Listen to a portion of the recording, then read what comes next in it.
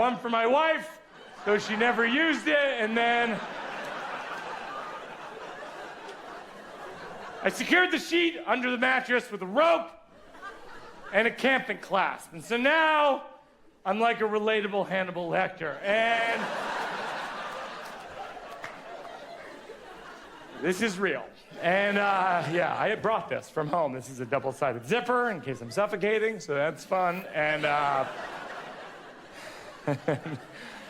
as I made this, I took it to the tailor on my corner. And I said, "Can you make more of these?" And he said, "No!" And he walked me out of the store because he clearly thought it was some kind of S&M sex sheet for Orthodox Jews, which it isn't. It's a homemade medical device. You might remember that we also have a cat, and her name is Mazzy, and she was a street cat. And so she wakes us up every morning by scratching our faces, which is, I believe, a survival instinct from the streets, but in a domestic setting is much less charming and can be dangerous. You can't have that around an infant, so we locked Mazzy in the bedroom with me. You can see where this is going, and so every morning she wakes me up by scratching my face, but I can't protect myself because my arms are bound by the sheet. I'm like, "Out of here, street cat! Nobody wanted you!" And she's like, "Wow, wow, wow! Cat's got your arms!" And if you have a cat, you know that we had to keep the litter bin in the locked bedroom. And the first week, I forgot to scoop the litter, and Mazzy peed on this linen chair. I don't know if you've smelled cat pee, but it's a little bit like if regular pee took a shit. It's the most rancid smell. Before we had Una, Jen said to me, "This baby isn't gonna change the way we live our lives." And I feel like it has, because I sleep in a straitjacket in a room that is chain locked from the inside, filled with cat litter dust and super pee, and every morning I'm awoken by a wild animal that is trying to murder me in my sleep. I feel like this baby has changed the way we live our lives.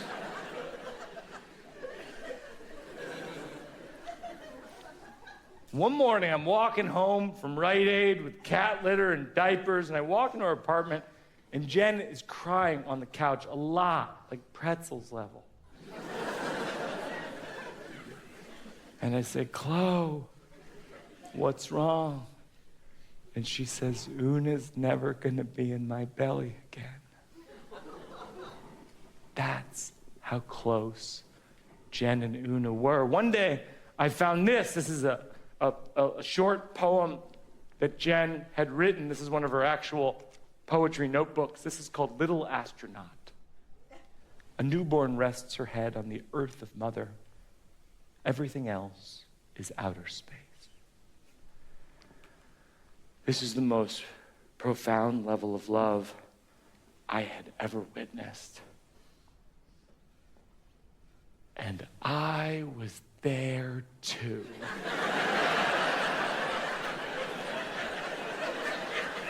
It's almost like I didn't know what nothing meant until I became a dad. And then I was like, oh, that's what nothing is. I was so nothing. I was this pudgy, milkless vice president of the family. Huge title, no power. Also oversees Congress. My whole job was to be around and have no opinions. Like if I expressed a hint of an opinion, everyone was like, "What's that?" And I'd be like, "I was just mumbling to myself about the news." Like, I was the intern of my own family. I was like, "Does anyone need coffee? I'll clean up your crap. Someday I hope to be a member of the family." And I was a good intern. I showed up on time. I worked hard, but it would always be junior level activities. Jen would put Una down for a nap. stick her in a stroller and said, take her for a walk, and when she wakes up, return immediately. So I would do that. When I wasn't interning, I was on the road in every Applebee's with a dream, and one night, I'm in Weatherford, Oklahoma, which is a direct flight from nowhere, which is why after the show, I drove a rental car 4.5 hours down to Dallas. I caught the first flight in the morning, but we were delayed from thunderstorms all day. So after 26 hours of travel, I walk into our apartment at 1 a.m., and I make my way through the living room, and I'm drenched and exhausted and empty, and I get to the couch. And Una is asleep on the couch. And I tiptoe into the kitchen. And I say, Chloe, it's not a big deal. But that's my couch.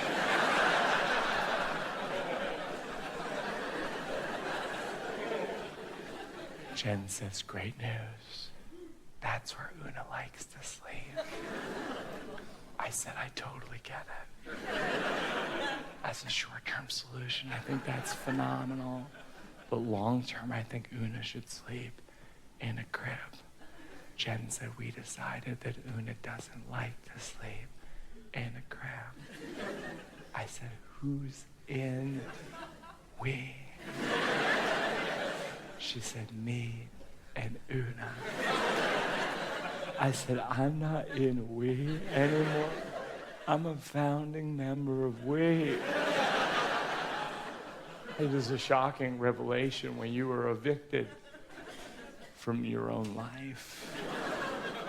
So I decide I'm going to win back my wife from my daughter.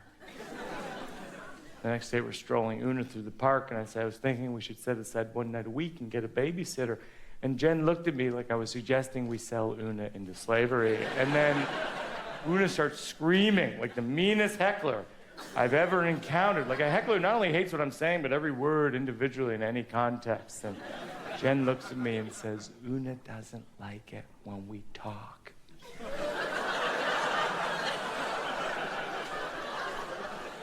This baby isn't going to change the way we live our lives, but she doesn't like it when we talk. And then she started to talk. When she was 6 months old, Jen said, hi, and Una said, hi. And I said, hi, and Una said. When she was 8 months old, Jen wrote this. An infant reaches for something, I don't know what, pushes it farther away and cries in frustration each time she reaches, without realizing she is crawling for the first time. She is just like her father.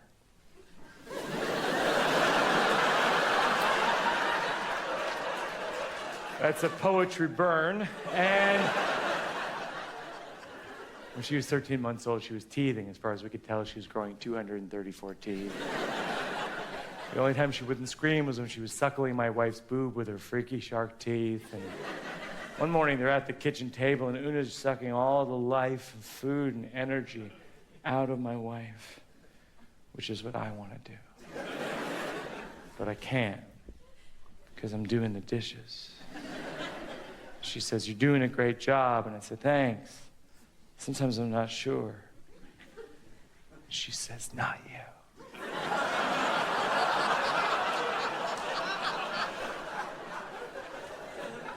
Cool. A few hours later, Jen has to pee, and she hands Una to me. And the moment I take her, it was like holding the angriest thing I'd ever held. It's like holding my dad.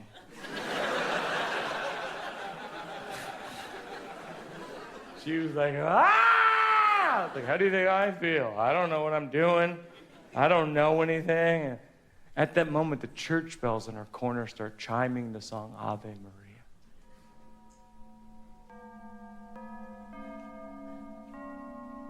And she stops crying, looks up, starts bobbing her head. I said, I know. It's a classic. She's bobbing her head, and I'm thinking, she's got really good rhythm.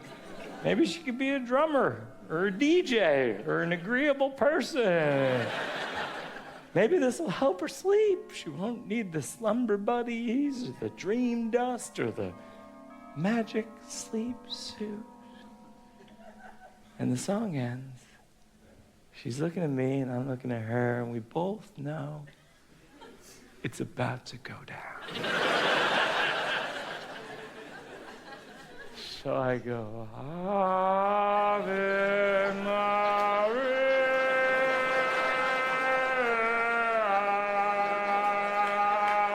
Ave Maria. I don't know the words, and so I go, there will be a Jesus in your womb. It's actually a pretty big honor. It's more like an Oscar than an Emmy. Eventually I run out of lyrics, and she's staring at me, and I'm bracing myself, and she looks me in the eye and says, da-da. For that moment, I was the pudgy, milkless vice president with record high approval ratings for no reason. 10 hours later, I'm back on the road, but this time I have the flu. And when I get the flu, it is worse than when other people get the flu. I'm backstage at the Byam Theater in Pittsburgh. I'm lying on the floor in the darkness. My cheek is pushed up against the cold tile. My throat feels like I've swallowed broken glass, and the tour manager opens the door a crack. He says, Mike, we have to start, and I roll off the floor, and I hobble onto the stage, and I didn't know what to do. I was looking at the audience like I'm looking at you now, thinking, should I tell them? Like, what would Springsteen do? Like, this might take the fun out of I'm on fire, but my ass is on fire! Here we go! Everyone would be like, Bruce, no! And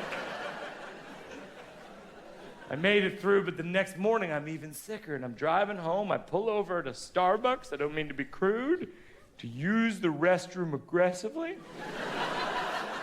Which I believe is the rudest thing one can do at someone's place of business. They're like, we've got muffins, we can make you a latte. You're like, that's all well and good.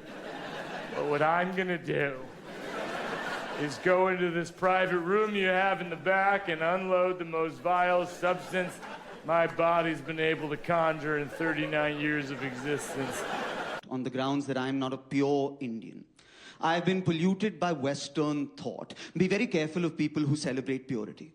And that's not even history, that's just basic Harry Potter.